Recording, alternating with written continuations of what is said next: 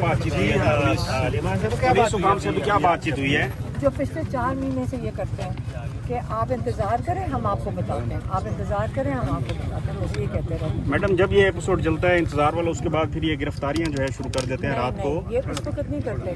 5 बजे तक ये कहते हैं आप इंतज़ार करें, 5 बजे ये कहते हैं टाइम ख़त्म हो गया जी।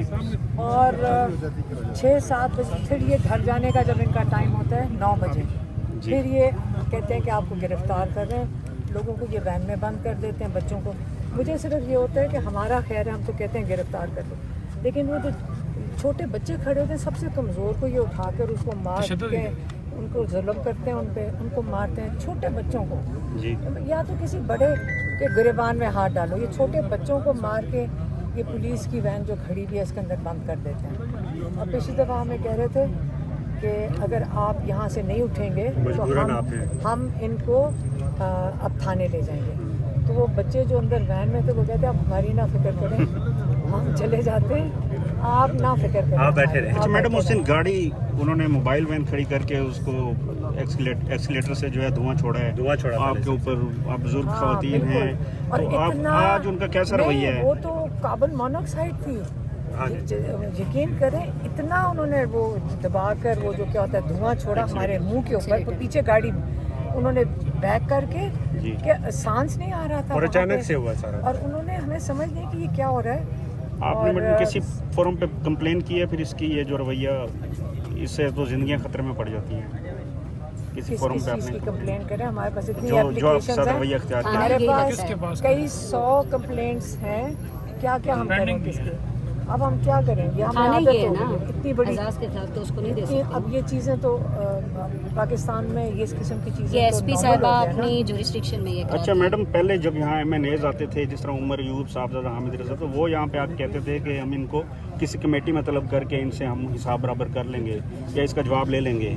तो अभी मैडम यहाँ कोई भी नहीं आ रहा आपके साथ इजहार यकजहती के लिए, जो है MNAs नहीं आ रहे, या जो सियासी पार्टी है उसके कायदीन नहीं आ रहे कि इनसे कोई बातचीत कर सके। जिनके नाम आप ले रहे हो हामिद रजा और उमर यूब के जी, उनको तो आपने 10-10 साल की सज़ाएं सुना दी हैं, उनको दहशतगर्द डिक्लेयर किया हुआ है, ऐसी ऐसी सज़ाएं सुना रहे हैं जैसे कि पता नहीं कोई मुफ्त की मिल रही हो। ऐसी ऐसी सज़ाएं कभी आपने सुनी नहीं होगी कि पाकिस्तान में ये जो मजाक बन गया सज़ाओं का। दूसरी तरफ मेडल जो मिल गए हैं, तो ये मेडल तो किस किस्म की खिदमात के अतराफ में मैडम आप समझती हैं कि अब पहले तो समझा जाता था कि मेडल किसको मिला तो उसको तकरीम की नज़र से देखा जाता था, तो अब ये है कि जिसको मेडल मिला कहा जा रहा है ये जनाब इन्होंने सिर्फ इनकी सर्विसेज दी हैं कोई ऐसी आउट ऑफ वे जिसकी खिदमात के अतराफ में इनको मेडल मिले हैं, तो आप इस हवाले से क्या कहेंगे? इन्होंने ये तो आजकल मेरे ख्याल में किसी शर्म के बगैर ही कर रहे हैं कि जो इमरान खान के ख़िलाफ़ थोड़ी उसने परफॉर्मेंस अच्छी दी है, उस पर जुल्म किया है या उसके ऊपर केस बनाया, सबको मेडल दे दिया उन्होंने।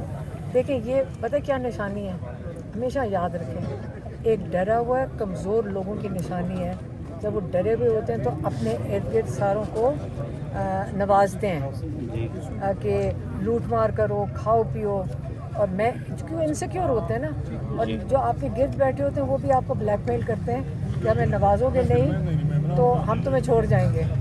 तो जो अकेले महसूस करते हैं, जो जुल्म करते हैं, वो हमेशा याद तारीख पढ़ लें, वो हमेशा खौफजदा होता है। मैडम जो तोशा खाना केस के जो मरकजी जो किरदार थे जिन्होंने इंकशाफ किया था दुबई में कि ये घड़ी जो मेरे पास आई थी सेल के लिए, उनको दूसरी दफ़ा मेडल से नवाज दिया गया है। 1 साल कबल भी दिया गया था, फिर अब 1 साल में उन्होंने मजीद क्या खिदमात आप समझती हैं अंजाम दिए हैं? तोशा खाना केस 2 का ही नाम है ये? नहीं, तोशा खाना किसी का नहीं है। उन्होंने सोचा होगा शायद हमने इसको कम एक अवार्ड कम है, क्योंकि नॉर्वे में तो आपको पता है ना कि वो 2 नंबरिया जो भी वहाँ से भागा हुआ है, नॉर्वे नहीं जा सकता क्योंकि वहाँ कोई क्राइम कमिट करके ये निकला हुआ है। तो वहाँ से नॉर्वे का क्रिमिनल पाकिस्तान का वो पाकिस्तान एक सेकेंड पाकिस्तान में भी उसके ऊपर FIR थी, उसके ऊपर FIR थी, तो उसकी FIR भी ख़त्म की गई और उल्टा एक क्रिमिनल को उन्होंने 1 की बजाय 2 अवार्ड दे दिए। मैडम मनी लॉन्डर थे एक अनवर मजीद, आसिफ अली जरदारी के बड़े करीबी समझे जाते थे, उन्हें भी मेडल से नवाजा गया। یہ تو ایسے شخصیات ہیں جو کسی نہ کسی حوالے سے کرمنل ایکٹیویٹیز میں رہی ہیں. تو کیا پاکستان میں اب یہی معیار رہ گیا ہے کہ یہ جو یہاں پہ پولیس اہلکار کھڑے ہیں آپ سمجھتے ہیں ان کو بھی میڈل ملنا چاہیے؟ یہ ویسے میں آپ کو بتا دوں یہ پولیس والے جو ہے نا ان کا قصور نہیں ہے. جس قسم کی ان کی ڈیوٹی ہوتی ہے نا دن سے رات تک جی گرمی سردی میں کھڑے ہونا, ہاں تو یہ ان بیچاروں کو آپ نا یہ تو دیکھیں آرڈرز لینے والے لوگ ہیں, ان کے اوپر بات کرنا مناسب نہیں ہے. اگر بات کرنی ہے تو آرڈر دینے والوں پہ ہونی چاہیے. تو آرڈر دینے والوں کو میڈل ملنے چاہیے. اور دیکھیں اصل میں جو اب لوگ بیٹھے ہوئے نا اوپر وہ پاکستان سے بڑے غصے میں ہیں کیونکہ ووٹ کسی نے ان کو دیا نہیں ہے. جی تو غصہ نہیں ہے لوگوں کے اوپر ان کا کہ انہوں نے ہمیں ووٹ بھی نہیں دیا. تو وہ یہاں پاکستان میں کہاں انٹرسٹڈ ہیں, ان کا تو سب کی جائیدادیں باہر ہیں. تو پاکستان میں تو وہ یہ مذاق اڑا رہے ہیں آپ کا.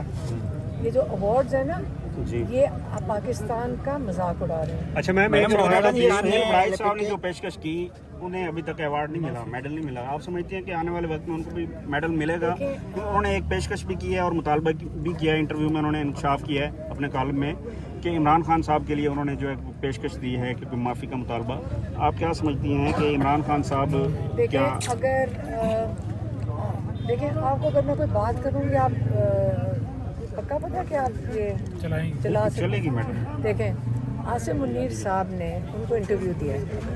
اب اتنی اگر ڈیسپریشن ہو گئی ہے کہ بڑائش کے تھرو دھمکیاں بھیجنی ہیں. وہ پیغام تھا, دھمکی تو نہیں تھی. نہیں وہ دھمکی تھی کہ دیکھو تمہارے ساتھ یہ بھی ہو سکتا ہے. یہی ہوتی ہے نا دھمکی, تڑی نہیں دیتے ہو آپ جس کو کہتے ہیں. ہاں ہم تو نہیں یہ دیکھیں آپ اپنے طریقے سے کرتے ہو گے نا دھمکی لینے والے. اچھا تو آپ جب آپ دیکھیں عمران خان کو ان کو سمجھ نہیں آ رہی کہ عمران خان کو کس طریقے سے رہا تو کرنا پڑے گا کیونکہ ان کو ڈر لگا ہوا ہے لوگوں کا کہ جو عوام ہے کسی دن چنگاری ہے پھٹ پڑے گی. اور وہ اس وقت چاہتے نہیں ہیں کہ دنیا دیکھے. ان کو فکر پاکستانیوں کی نہیں ہے, ان کو فکر ہے کہ امریکہ یو کے وہ کیا دیکھتا ہے کہ پاکستان میں وہ لوگ سڑکوں پہ نکل آئے ہیں. اس سے وہ خوفزدہ ہیں کہ وہ تصویر نہیں وہ آنے دینا چاہتے کیونکہ جب اگر وہ تصویر آ گئی تو معدنیات جو آپ کی روپے والی 4 آنے کی بک رہی ہیں نا تو 2 آنے پہ آ جائیں گی. تو اس وقت پاکستان ایک بہت کیا کہتے ہیں کرٹیکل جنکشن مطلب ایک بڑے اہم موڑ پہ ہے. جی بہت اہم موڑ یہ تو ہے. آپ نے سیاسی بات کر دی ہے. یہ سیاسی جملے ہوتے ہیں کہ پاکستان تاریخ کے نازک دور سے گزر رہا ہے. نہیں نازک نہیں, اہم موڑ سے نہ اہم ہے. یہ تاریخ کا اہم موڑ ہے. مجھے سیاست کرنے کی ضرورت نہیں, آپ تاریخ پڑھیں گے تو آپ کو پتہ چلے گا. تاریخ کا طالب علم ہونا بڑا ضروری ہوتا ہے. تو تاریخ میں آپ کو پتہ چلے گا اہم موڑ آتے ہیں اور یہ پاکستان کا اہم موڑ ہے کہ پاکستان کو ہم نے جوڑ کے رکھنا ہے یا پاکستان کو توڑنا ہے. اب صرف میں نہیں کہہ رہی ہوں, یہاں تجزیہ کار کو کہنے کی ضرورت نہیں. ہر پاکستانی محسوس کر رہا ہے کہ میرا ملک کی کہتے ہیں سلامتی خطرے میں ہے. آپ کو نہیں محسوس ہوتا؟ ہمیں محسوس کیوں ہو رہا ہے کہ ہم لا الہ الا اللہ کے نام کے اوپر اکٹھے بیٹھے ہیں اور ہمیں جوڑ کے رکھا ہوا ہے ایک کلمے نے, لیکن ہمیں یہ ریجنل ڈویژنس کے اوپر لایا جا رہا ہے. تو یہ ہمیں ڈر نہیں لگ رہا اپنے ملک کے لیے, اپنے لیے نہیں لگ رہا, لیکن ہمارا دل ہے کہ ہم اکٹھے رہیں. ہم نے اس ملک کو جوڑ کے رکھنا ہے. تو اہم موڑ نہیں ہے. اگر جب آپ کمزور ہوتے ہیں تو باہر کے ملک نہیں آئیں گے آپ کو مزید توڑنے کے لیے. تو اس لیے جب اکنامکلی عمران خان کہہ کے بھیجتے ہیں کہ جس دن آپ کی اکنامکلی آپ کمزور ہو گئے, آپ کی انویسٹمنٹ نہیں آئے گی, اکانومی گرو ہی نہیں, بڑھ ہی نہیں سکتی ہے. یہ قرضوں کے اوپر تو ملک نہیں چڑھتے, قرضوں میں تو آپ گھٹنوں پہ چلے جاتے ہو. جب آپ کی ترقی ہوتی ہے, جب آپ کے اندر لوگ انویسٹمنٹ کرنے آتے ہیں. عمران خان کا میں ایک چیز میں ویسے مجھے بھی آج یاد آ رہا تھا, بہت جب عمران خان کی حکومت آئی بڑے باہر سے باہر کی کمپنیاں آ رہی تھیں کہ آئل ایکسپلوریشن کے لیے. عمران خان نے اپنے پاکستانی آئل والوں کو بلوایا نہیں. پہلا میں ان کو کہوں گا اپنے پاکستانی جو باہر آئل کا جن کا ہے کمپنیاں ہیں وہ آ کے اس کو ایکسپلور کریں. وہ واپس بھی جن کو لے کر آ رہے تھے وہ اپنے پاکستانی کو واپس کہہ رہے تھے کہ اپنے ملک میں آ کے انویسٹمنٹ کرو. لوگوں کو بلا کر کہتے تھے. اور آپ کو میں بتا دوں 2 बिलियन तो सिर्फ 15 लोगों ने कमिट किया हुआ था इन्वेस्ट करने के लिए, और पाकिस्तानी बहुत सिर्फ कामयाब है मुल्क के बाहर।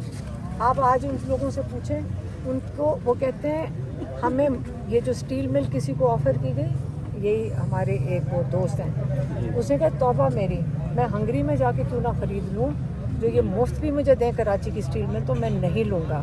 क्यों कि यहाँ हालात ही ऐसे नहीं है कि इस मुल्क में तो मुझे डर लगता है आने से कि यहाँ पे इंसाफ का ये जो इमरान खान के साथ हो रहा है, तो हम यहाँ इन्वेस्टर नहीं आएंगे।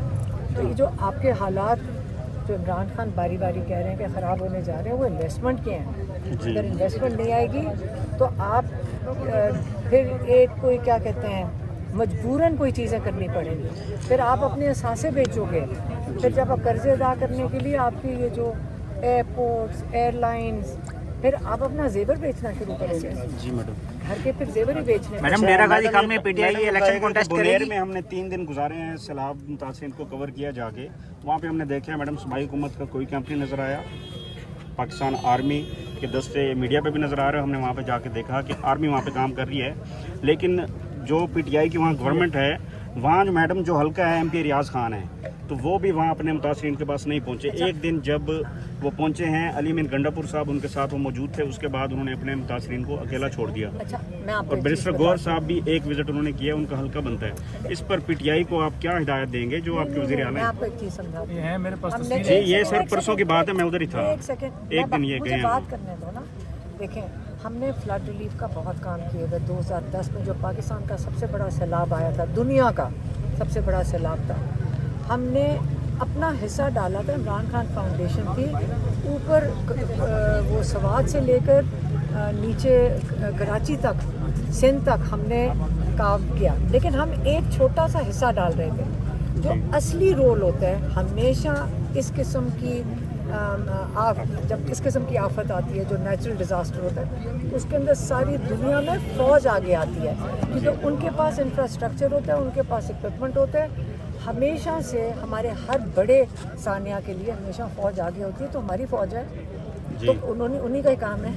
मैडम, वहाँ की जो सूबाई हुकूमत है, आप नहीं समझते, वहाँ से मैं वो वोट आपको लेते बता हैं, दूँ, और इरिगेशन नहीं, डिपार्टमेंट के आप इंजीनियर से बात, उसने कहा सिर्फ 3 मशीन हैं। 200 घर मैडम वहाँ जो मलिया मेट हुए हैं, वो सिर्फ 3 मशीनें मैडम वहाँ काम कर मैं रही हैं। आपको समझाती हूँ। ये जो जब आफत आती है एकदम कितना हालात बुरे होते हैं एकदम। हमने ये चित्राल में आई थी, हम भी गए थे। जी। हमने जाकर फिर प्राइवेट मशीनें ज़्यादा होती हैं, हुकूमत मशीनें खड़ा करके क्या करेगी? आपको पता है 20-20 करोड़ की एक मशीन है, तो वो प्राइवेट मशीनें होती हैं, तो आप उनको रेंट पे ले लेते हो। हमने प्राइवेट इदारा बन के वो मशीनें ली थी, क्योंकि पहाड़ों पे फ़र्क है, लैंड ज़मीन में हालात फ़र्क होते हैं, पानी खड़ा होता है। वहाँ जो पहाड़ों पे जब आता है ना पत्थर, 10-10, 12-12 फुट नीचे घर दब जाते हैं, ऐसे ही। तो वहाँ पे जब 12 फुट डिग करना, वो तो कईयों को समझाया जाता है कि आप इनकी, क्योंकि हम ये कर चुके हैं, आप वहाँ पहुँच ही नहीं सकते हो, कि आप अब छोड़ो कि जो घर गया अब आप आते, तो वो खुद लगे रहते हैं उसको। इतने हज़ारों घर होते हैं कि आप कई 100 घरों के लिए आप कितने 20-20 करोड़ के एक्सकवेटर लाएंगे, सबको इंतज़ार करना पड़ेगा। यही होता है ना। देखिए, इमरजेंसी सिचुएशन है, और फ़ौज सबसे मुनासिब अदारा है इसके लिए, और हमेशा हमारी फ़ौज ट्रेंड भी है, उनके पास लॉजिस्टिक्स भी हैं, और उनको देखें क्योंकि वो ट्रेंड ही इमरजेंसी के लिए हैं, और ये काम भी उन्हीं का ही होता है। और ये जो हमारे जो दूसरे इदारे होते हैं ना, जो लोकल गवर्नमेंट वाले, इनके पास कभी भी अब 1122 कहाँ तक पहुँचेगी? तो 1122 रिलीफ कर सकती है, आपको निकाल सकती है, लेकिन इतने बड़े डिज़ास्टर के लिए हमेशा मैडम पीडीएम में है। अच्छा, बस काफ़ी नहीं। अली मीन आखिरी बात, अली मीन गंडापुर साहब ने कहा था कि मैंने कोई तंबू तो नहीं देने, जब पहले एक हादसा पेश आया था। अभी देखें कि उन्होंने कहा था कि वहाँ पे हमारे इदारे एक्टिव हैं, इदारे वहाँ नजर नहीं आए, कैंप नहीं नजर आए। मैडम हम खुद यानी शायद इन चीज़ों। अच्छा मैम, इसके तो साथ आप सानिया मुनीर के लिए गंडापुर साहब को ऐसे बयानात से गुरेज करना चाहिए, दे दें ताकि पूरे पाकिस्तान को हेल्प, इमदाद के लिए पाकिस्तानियों को उनके साथ खड़े होने के लिए सानिया देखिए, मुनीर। मैं आपको एक चीज़ बता दूँ, हमने इन ऐसे जब इस किस्म के नेचुरल डिज़ास्टर आए ना, हमने बहुत हमने सब ने हिस्सा डाला है, लेकिन पाकिस्तानी कौम की तरह दुनिया में कौम नहीं है। मैं आपको मैं ये एक चीज़ बताना चाहती हूँ।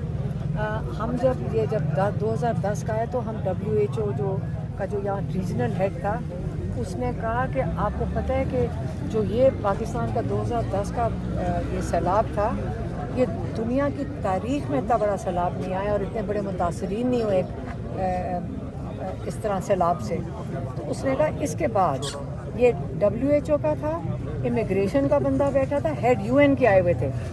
उन्होंने जब बात की तो यकीन करें हमारा सर चकरा गया था। उन्होंने कहा अब क्या होगा, अब डिजीज़ आएगा, मतलब यहाँ पे बीमारियाँ फैलेंगी, यहाँ पे कहत आएगा, यहाँ पे माइग्रेशन होगी शहरों की तरफ। हाँ, तो इतनी जब सीरियस सिचुएशन होगी तो यहाँ तो दुनिया में बहुत सीरियस सिचुएशन है, वो पाकिस्तान पहुँच गए थे, पाकिस्तान में नहीं हुआ। 3 महीने के बाद वही लोग शॉक में बैठे थे, कहते ये हुआ ही नहीं जो हमने कहा था। क्यों नहीं हुआ? लोगों ने गाड़ियाँ भरी, लोगों ने अपनी गाड़ियाँ भरी, अपने रिक्शे भरे, अपने स्कूटर भरे और लोग इमदाद लेके लोगों तक उन्होंने पहुँचाई। पाकिस्तानी कौम का मुकाबला कोई नहीं कर सकता। मैडम ये तो दुनिया में। मशहूर है कि टैक्स नहीं देते लेकिन डोनेशन बहुत ज़्यादा देती है ये। देखिए कदर करें अपने लोगों की। ऐसा काम दुनिया में जो दुनिया ने पहचाना जी। कि जो पाकिस्तानी लोगों ने घरों से निकल के एक एक इंसान ने जाकर अपना हिस्सा डाला था। आप फिक्र ना करें, पाकिस्तानी कौम अपने मुश्किल वक्त में हमेशा एक दूसरे का साथ। Thank you madam, thank you.